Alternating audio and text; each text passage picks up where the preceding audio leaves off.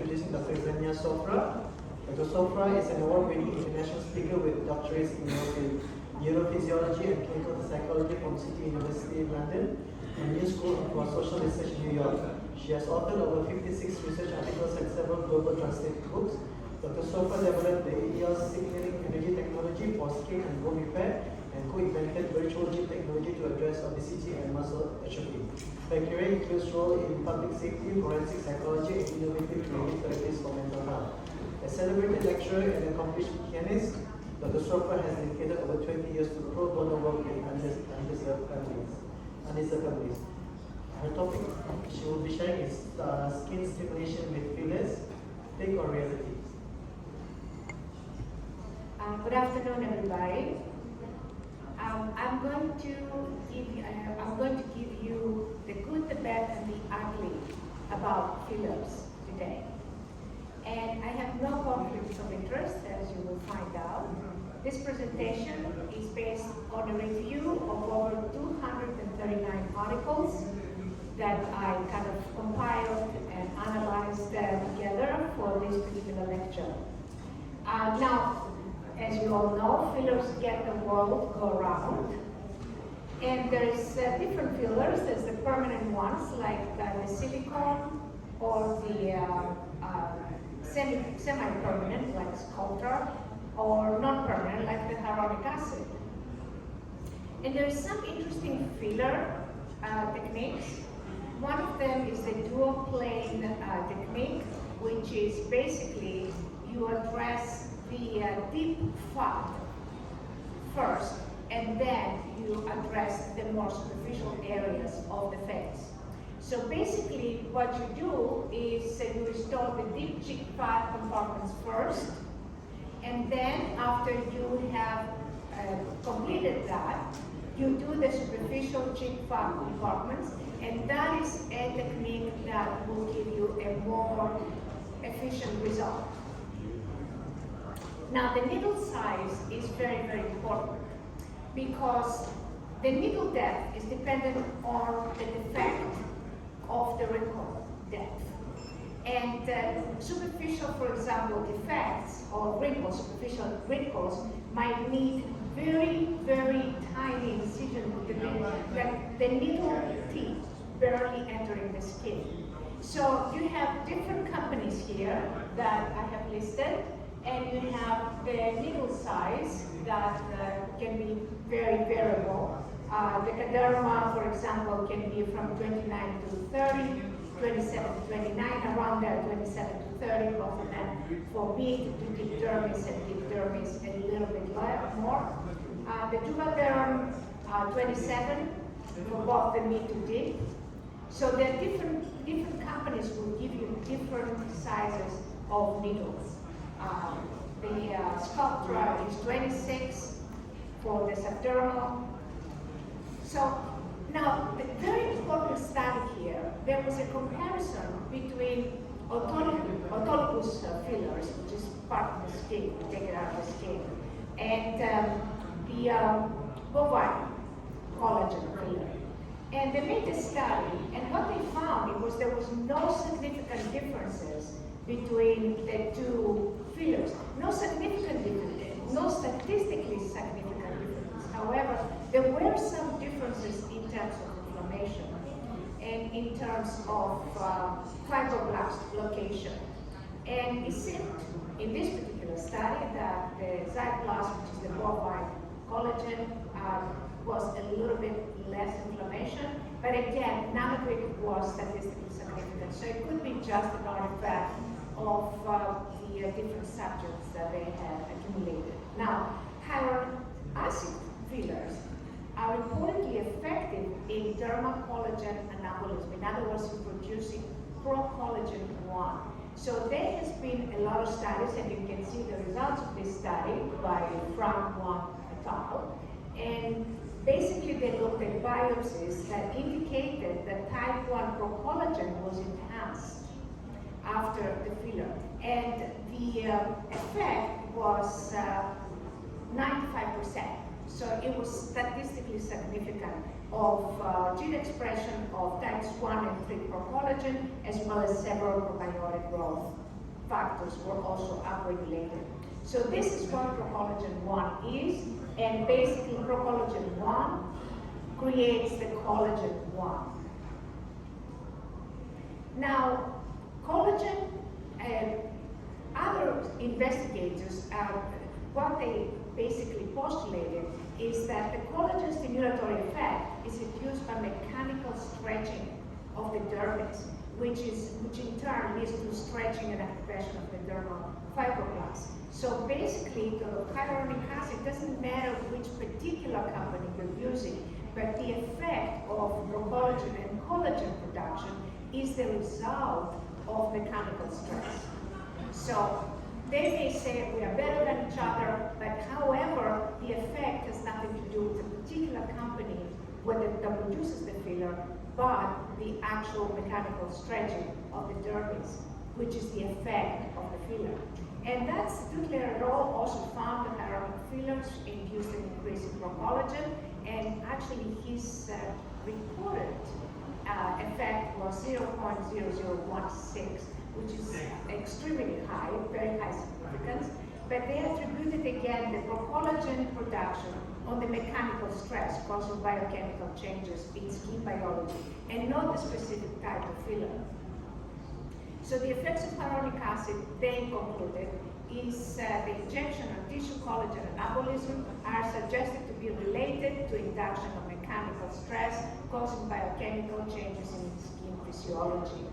And this is what mechanical stress is. You see how the skin is stretched because you see that the second image of the skin stretched out, and how after the filler degrades, then there is a slight depression of the skin. And hyaluronic acid, of course, does eventually disappear. It's a non-permanent. So collagen production can also be secondary to hypoxia. So hypoxia-induced collagen, we call it. And basically, this particular investigator said, well, why don't we take advantage of this hypoxia-induced collagen and actually use hypoxia to create mechanical properties of engineered articular cartilage.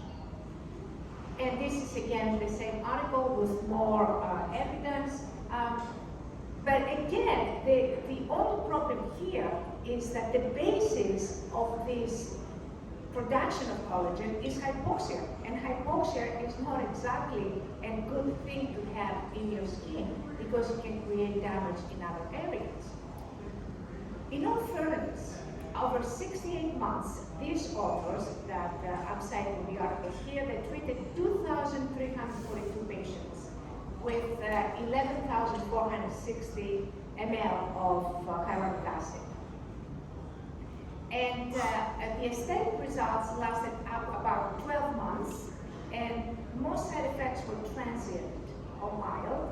3 patients developed signs of vascular compromise, but you see this is 3 out of 2,342, so it's a very, very tiny percentage.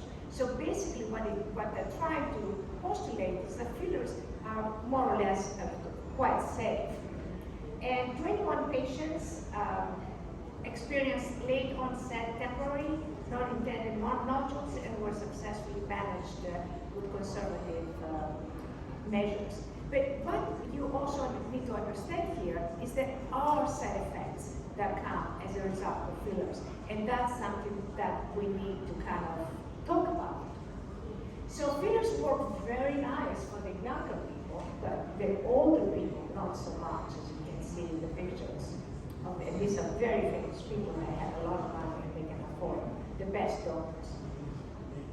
So you also have the effect of the pillow case. It actually is like you get like this rounded face that's a little bit like a pillow, and that's when basically you have an overfilled syndrome. It says too many fillers, too much fillers, which is what was shown before.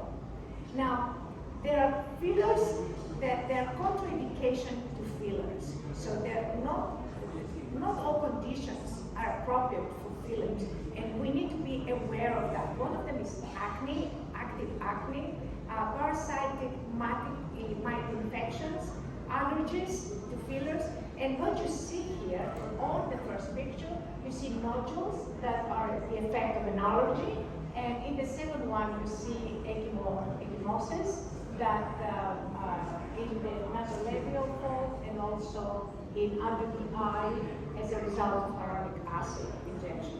All of those can be, I'm going to give you some indication of what can be used to kind of help these particular conditions.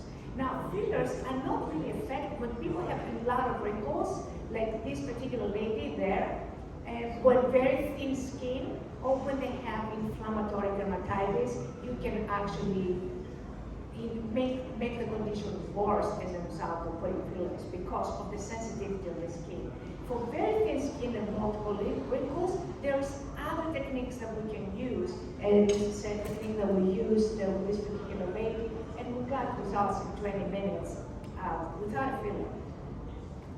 There are a lot of reports out there of how cosmetic fillers can destroy your looks if people do not pay attention to the filler, or they don't understand how to apply the filler, which is another thing that has to be considered. And this is an article and the before and after of a lady that this particular doctor published. Now, there is bridging and heading where you can extract the filler. You can do the incision and extract the filler if that occurs, of course. And a very important element that you can, injection of hyaluronic acid, that's going to basically cure and correct the problem. And persistent inflammation you can use with antibiotics. Now, you can have nodules or lumps, and again, ensure that the injector can diagnose and treat all filler complications. This is an MRI to see exactly where the filler is, so you know exactly how to either take it out or treat it. And the tidal effect is when the hyaluronic fillers are superficial, and you can have arterial or vascular occlusions, and that is again with hyaluronic that is effective hyaluronic-based fillers that you can basically correct that particular problem. Hypoxia is a problem, and you can minimize. Is it already time? Oh, okay. All right. So skin necrosis is another problem as well, and again, you can use the hyperbaric chamber and oxygen chamber. There's a lot of research on that. There is also vision loss, and the vision blindness occurs when fillers occlude the artery, this particular artery that you see here. There are precautions for avoiding complications. Apparently, I don't have enough time, but I have 30 minutes. Oh, okay. All right, so there are the labella, you need to be careful because that's a risk of necrosis with certain fillers with dense filler effects like xyplast or autologous. Avoid the area around the eyes because they could cause that vision problem. And ridging and heading happens with horizontal lines and vertical lines. So you need to take all that into consideration. Now, the importance of fillers increasing collagen production. And here is something that I would like to deliver to you today. The collagen miracle is not enough. Why is it not enough? Because we have 100,000 proteins in the human body, and collagen is only one out of 100,000 proteins. We also have 7 collagens on the skin. So 1 of 3 are not enough. You need all 7 collagens to reproduce the youthfulness and the freshness of a younger face. Very important, there are about 18,127 other proteins in the human epidermis only. So even if you had all 7 collagens, collagen alone would not be enough because only the outer epidermis has 8,987 proteins, and the inner epidermis has 9,140 proteins. So collagen again is only 1, and that's only on the outer epidermis. Very important about collagen and all proteins is the folding. So when the protein is unfolded, then it's dysfunctional. it's not useful, it's completely useless.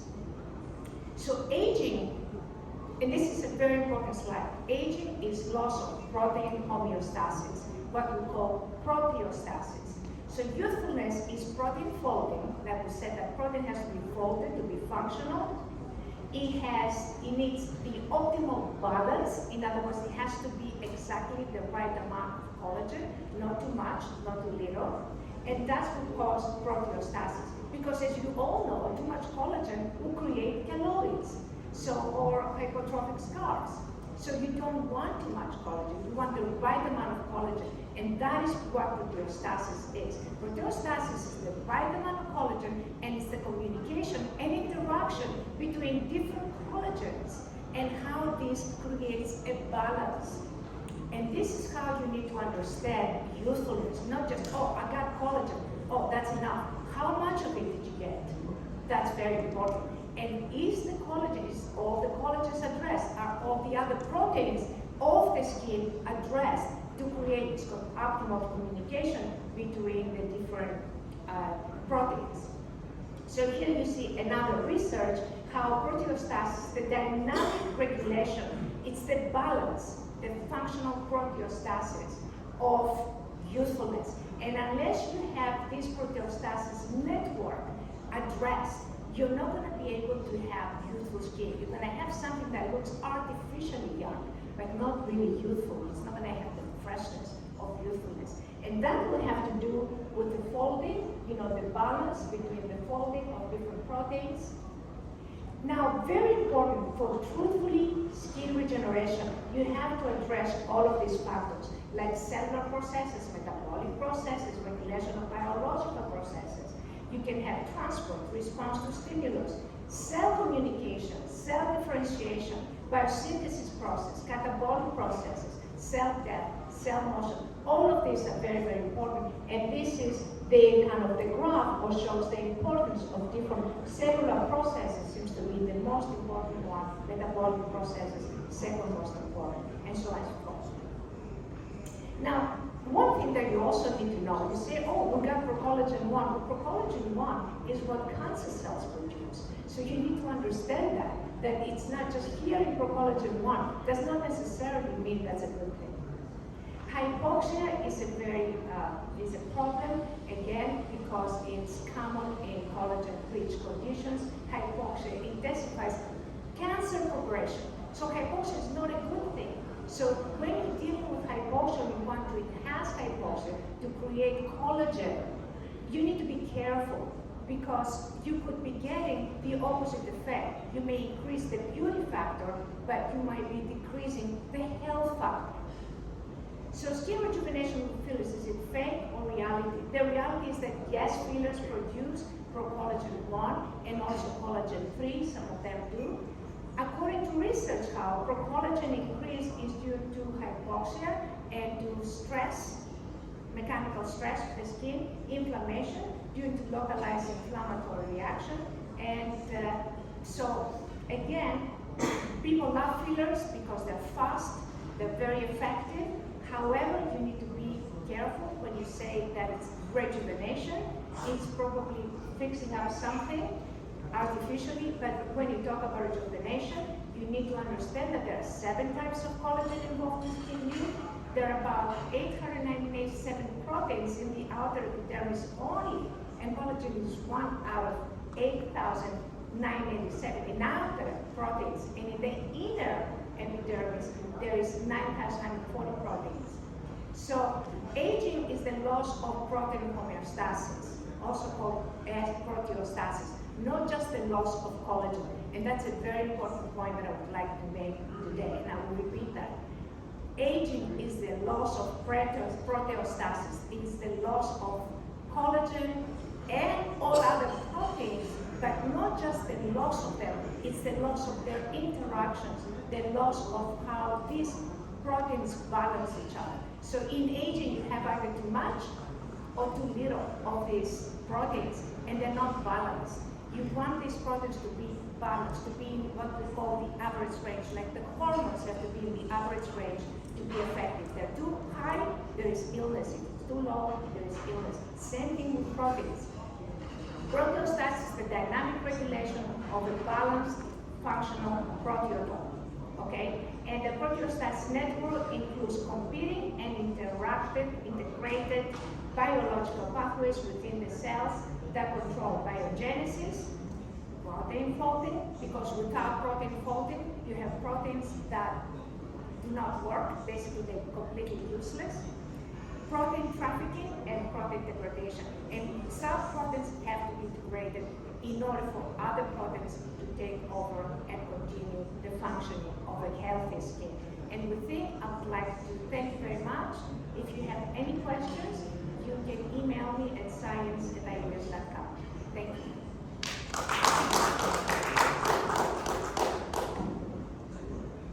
Thank you, Dr. Kaila. Any questions from the floor?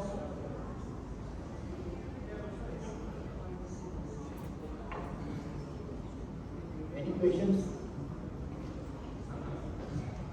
Mike? Yeah. Edwin? Yeah. My friend, Dr. Edwin. Sorry, I always have a question. Thank you. Hey, thanks, Prof. Sanya, for your kind presentation, the big presentation. I do totally agree with Prof. Sanya. Inflammation is about, aging is about inflammation. Yes, it's now what you can see, biostimulator being in the market, more filler in the market. You can see, I'm starting to worry about this trend in Malaysia. You can see that there's no long-term study of all these things. But basically, I'm seeing the second round. When I started off with, okay, some of the semi-permanent filler in the markets, which was removed from the market about 10 years ago, is making a comeback, same material, different name. So I'm quite pity the new doctors going through that, because you know why? Semi-permanent filler, just a microplastic that we throw inside the face. If you don't believe after that particular timing duration of the filler, okay, you try to do an ultrasound of the more specific imaging, you can see there are still debris of microplastic in the skin, underneath the dermis. What is happened there? It will continue to cause inflammation, micro-inflammation. Means that what happened there? The aging process was speed up. So what do? The doctor put in more filler after that. You can see more filler and more frequent of filler. It's just like dumping the plastic into the oceans again and again and again. You see, did you ask me how to address this issue? I do not know. Only thing that I advise them not to do the filler too frequent and too overfilling all the time. It will cause all this constant inflammation in the body, which will speed up the aging.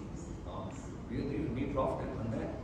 You have been talking about this quite some time about this plastic. Yeah, I think if doctors understand that, again, the concept of proteostasis that I brought up today, that has to do with homeostasis of the proteins, not just collagen, but all the proteins as they interact, and that too much of any protein, like too much of any hormone, is damaging as too little of any hormone or protein.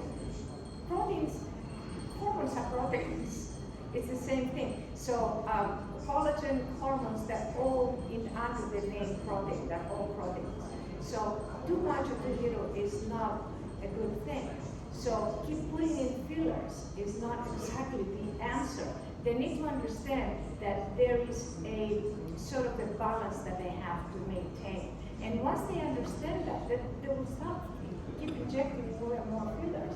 They will understand the principle. And that's what I was trying to do today. I suggest that because when you done filler enough, anesthetic long enough, that you grow with the patients, that maybe they're reaching the age of spreading for plastic surgery, surgical facelift. That is where you get a comment from your plastic surgeon after that. For anything below the smash layer is all fibrotic. You see, they can't even do it. It's difficult to go into to do a proper facelift. This is a warning to us earlier, about many years ago. This is what the consequences of semi-permanent filler could happen in future. It's exactly what I'm seeing nowadays. Because my patient who with me, I'm standing with plastic surgeon, this exactly the comment came back to me. You see. So we have to be very cautious of using the new product. You see, I'm very reluctant to use new product. This came to me. I know I have to go through a few months and probably a year to see what's the effect of it. I think that's something is fair enough for my patients. Yeah, actually, tomorrow I'm going to be giving another lecture and I'm going to go over everything you have to consider when you look at scientific research. And basically, one thing you need to consider is significance level, but you need to look at the data because sometimes they say 0.001. When you look at the data, it has nothing to do with 0.1. And you also need to know that when the device or the name of the filler is on the research, that research is being paid for. So if you know all those things, then you're going to be able to better evaluate the research that you're doing. Thank you. Thank you, Professor Daniel. Appreciation. Wow.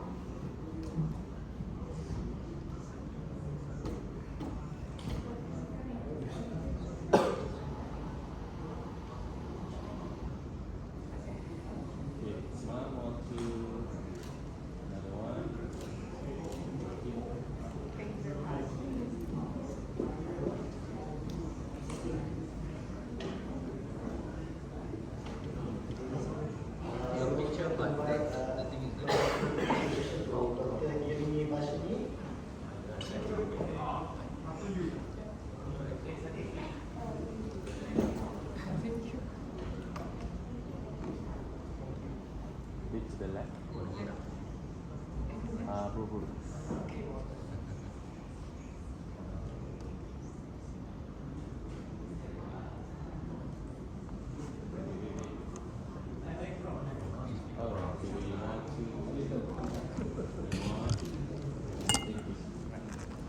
Okay, thank you very much. Our last and final topic for this evening is the second one is for branding.